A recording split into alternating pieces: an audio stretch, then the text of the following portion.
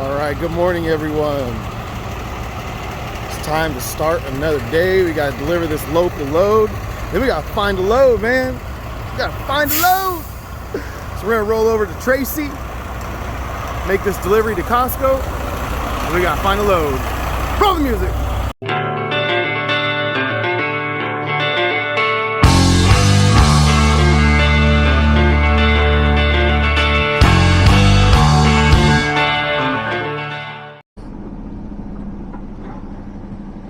Well, boys, we may have underestimated traffic a little bit too much today because this is a little bit slower than I anticipated.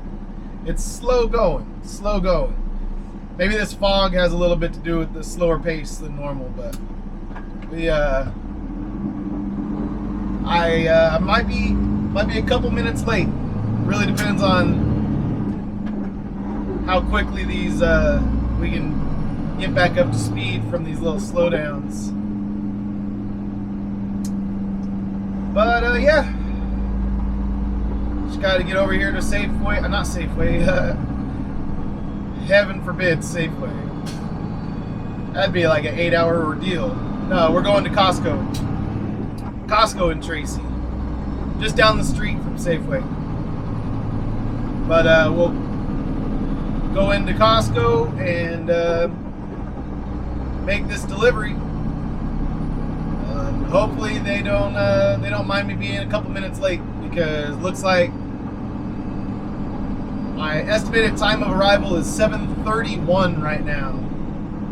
Now, obviously, I had planned to get there at about 7:15. I gave myself about 15 minutes of leeway, but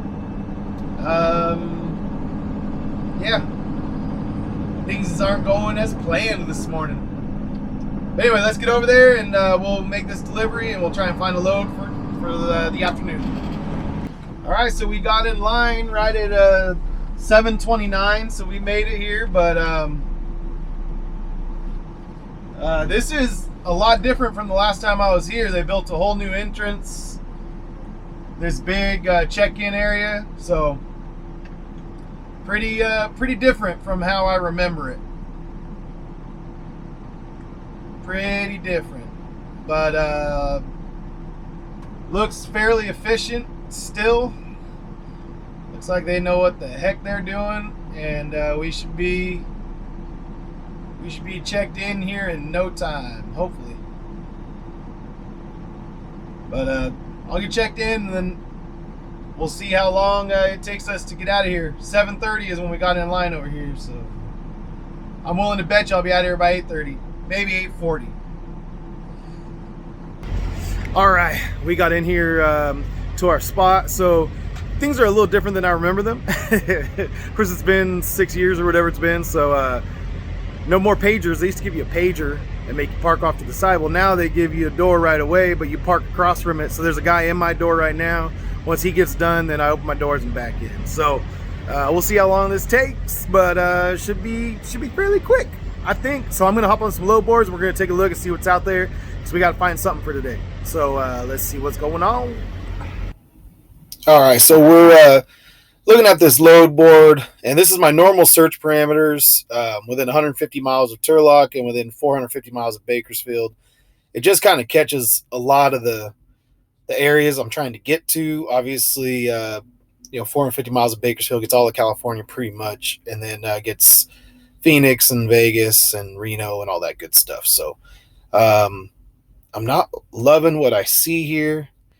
There's a Modesto to Vegas to Henderson, Nevada, and it's for $16.50. And I saw that same load on the TQL app yesterday for $18.50. So they actually dropped it down $200, and I was trying to get more than that, but there's only 129 exact loads, and man, Reedley to Riverside. Yeah, there's not a lot with good money on it. I'm not digging this. Not digging it at all, but shoot. I mean, we're looking. I mean, if you're just looking to go to Southern California, looks like 1,400 is the top you can get, and you can try and bid those up a little bit. I'm gonna include tomorrow and just see, because I might just have to go home today and just see, sit out a day. It is Tuesday, which Just Trucking always talks about Tuesday being the worst day for freight. So maybe that's all it is. But yeah, it looks like maybe bounces back tomorrow. There's a $2,100 to Vegas, $2,100 to Vegas. Let's see, Tulare to Vegas. It looks like there's more volume tomorrow than today. So maybe I just gotta try and work local today. Try and find something that's let's see.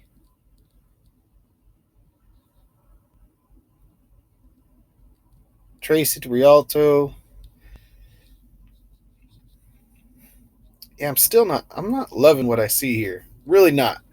So I'll have to take a look and see about maybe some more local stuff, and then so we'll jump back into this once I kind of recalibrate the search.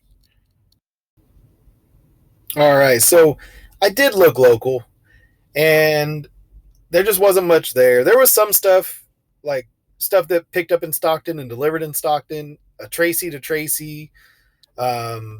There was like a Merced to Stockton, so I have to go down to Merced and then come back to Stockton. But yeah, they're like $400 or $500, and most of those seemed like they would take all day. So kind of wasn't into them. Kind of just tried to figure out, okay, maybe we need to go long again, man. Maybe we need to stretch out our legs. So I called on this load right here, this Modesto to Oklahoma City, Oklahoma, and gave the guy a call. He seemed a little bit desperate to move that load. There are some other loads too up here, but this one is kind of like, it's only 1,500 miles. And so I thought, well, I'll see what they want for it. And then he said he could pay me the big bucks on it. And he told me why, because it's an ice cream load that has 4 drops. So you got to keep getting that stinking ice cream back down to temperature every time you make a delivery. And it just seems like a nightmare to me. So I told him, yeah, I'll do it for 11,000. But he said he'd call me back with their answer, and I don't think he's going to call me back. So we'll keep looking. We'll see. All right.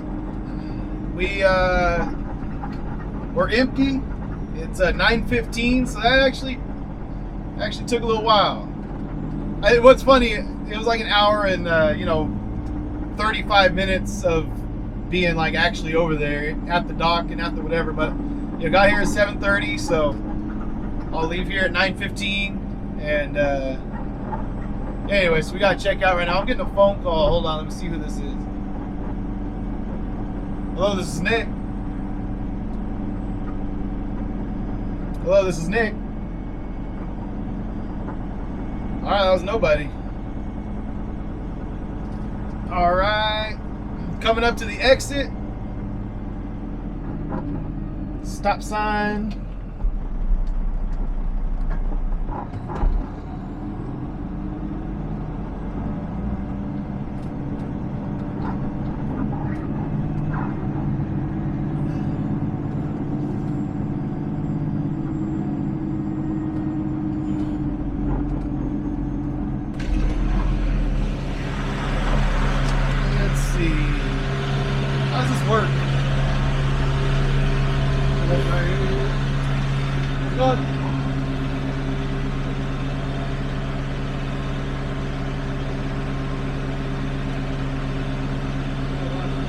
Thank you.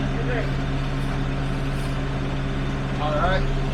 And all he did was grab my paperwork from me, go to a series of clipboards they have hanging on the wall, found the sticker that corresponded to my door number, and got me my little proof of delivery sticker for me to put on my my bills. So I'm gonna get up here and pull over to the left right here so I can close my doors, and then I gotta find a load. That guy hasn't called me back yet, so that's I guess to be expected when you throw out $11,000 number for a 1,500 mile run. All right, let me close these doors and then we'll get the heck out of here. All right, we got out of there. Still looking for a load. Haven't found anything yet. There is a load going out to Texas, but that Texas lane doesn't pay a lot coming back, and so it's just kind of one of those things, man, where I can take today and tomorrow off and probably find a couple loads on Thursday and Friday, maybe that go into Saturday. You know, I could make one trip out to Vegas and come back with a load and make the same as I would going all the way out to Texas, and I'd do less miles than what I would be going out to Texas for. So, and I'd be home sooner and quicker. And so anyway, yeah, not sure exactly what I'm going to do today yet. You know, being that it's almost 9:30, I'm heading towards the truck stop in Ripon, California. I figure that's a good place to kind of regroup. You know what? I think I'll go to Joe's Travel Plaza, actually. Right there in Lathrop. I'll go to Joe's Travel Plaza. Maybe get a couple pieces of fried chicken. And then, you know, we'll just see if there's anything local to grab at that point in the day. See if there's any little $500, $600, $700 load that keeps me close to the house and doesn't take all day to do it. Then maybe I'll jump on something like that. I don't know though. It'll depend. It'll depend on what we got on the load boards, because so far right now, well, you guys have seen, I've been showing you guys the load boards.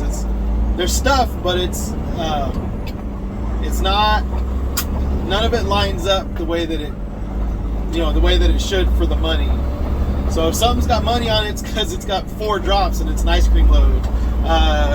If it's local, you know, it's got money because they want you to hold it overnight and then deliver it the next day. You know, just, I don't know. So, but we'll take another look when we get over here to the truck stop, and then we'll go from there.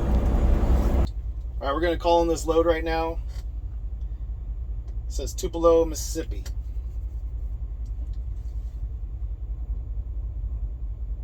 Hi, I'm calling regarding a load from, well, you have it listed from a number of California cities, it looks like. Modesto, Hollister, Gilroy, so somewhere in Northern California, but it's going to Tupelo, Mississippi. Oh, okay. Okay. Yeah, I'm empty in Ripon, California. Yeah, it wouldn't be difficult to make that at all. Yeah, empty. Okay. Saturday morning. Okay, that's like some extra miles. Let me figure out the extra mileage real quick on that. You have it. 2,500 total miles. Okay. Yeah, I mean it's a little different than what I was expecting. Yeah, no. I mean, I'm trying to get as close to 10,000 as possible. Yeah. No, I get that. 88.50. I mean, could we get to 9? I would take it at 9.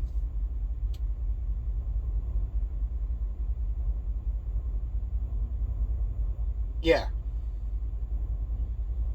1202633.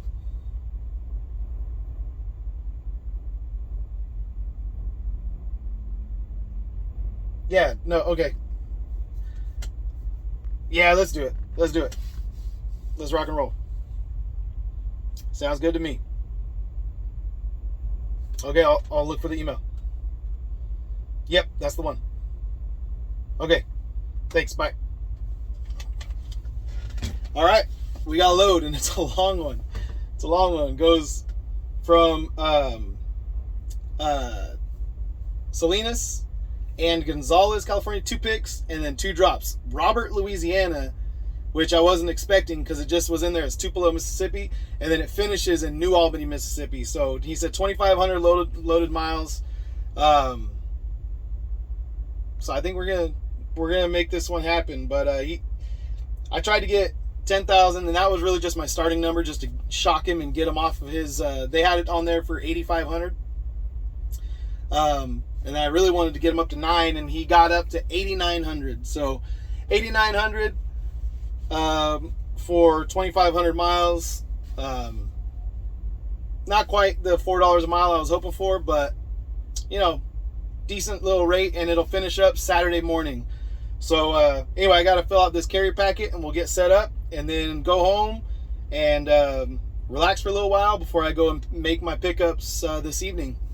So yeah, I was thinking, like, man, there's a chance I might just sit at home for a couple days. But then I talked to my wife, and I said, hey, I think I want to go make another long run. And so we broke down the numbers on the mileage, and I think this one will work. But I gotta get this done. I'll check back in with you guys in a minute.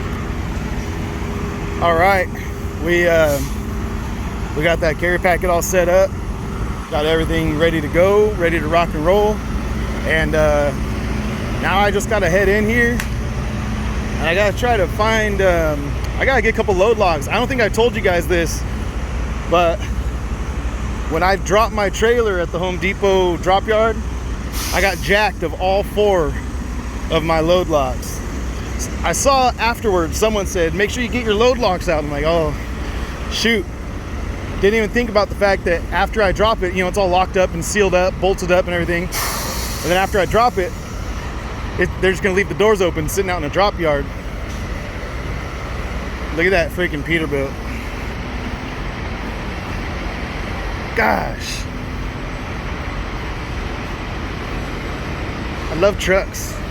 All right. Anyway, I gotta get in here and get some load locks. All right. Got my load lock. Pick this one up inside. See the last one they had. And then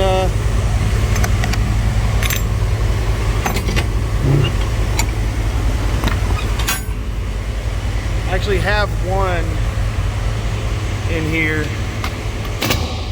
That one there I picked up at McLean last time. It was just sitting over in the corner. And then after I picked it up, I realized why someone had left it. It's because the little locking mechanism doesn't have any spring left in it. So you gotta kind of manually move it around. But I've been making that work for a couple days, and now I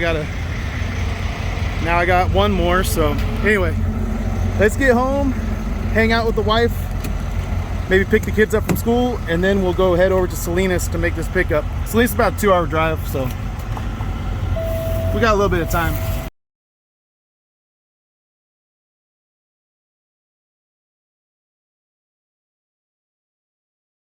All right, it is 3 o'clock. It's time for us to go trucking. I'm ready to go get on the road, man. We got a long haul. And I was kind of doing the math when I was at home, and I'm like, that's gonna be I don't think I can make that appointment, but we'll see. Well, I'll figure it out when I'm getting loaded. When I actually get loaded and leave, then I'll be able to see what the breakdown is. But for now, we just gotta get over there and get loaded up, man. That's all we gotta do. So we're a couple hours away. Got a 6 p.m. appointment. It's 3 p.m. Giving myself plenty of time. Gonna show up a little early over there, try and get loaded early. And yeah, gotta get to Salinas to get some salad mix for Walmart. So that's what we're doing. That's where we're going. That's how we're doing it. And spent a few hours at home. It was kind of nice. It was really nice, actually. So anyway, let's hit the road. All right, we're headed down to Salinas. We're gonna go right back through Pacheco Pass again, but we're gonna take cut down on the 156, like we're gonna go to Hollister instead of cutting over the 152 to Gilroy. So we go down through San Juan Bautista, and then connect to the 101 over there and get into Salinas. So it'll take a couple hours, but yeah, it was nice to hang out with Jessica for a few hours. I wish the kids would have been home so I could see everybody before I leave, because I'm going to be gone for about a week and a half, I mean.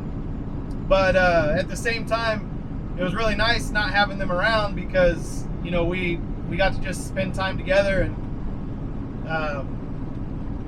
you know, especially Gus kind of commands quite a bit of our attention.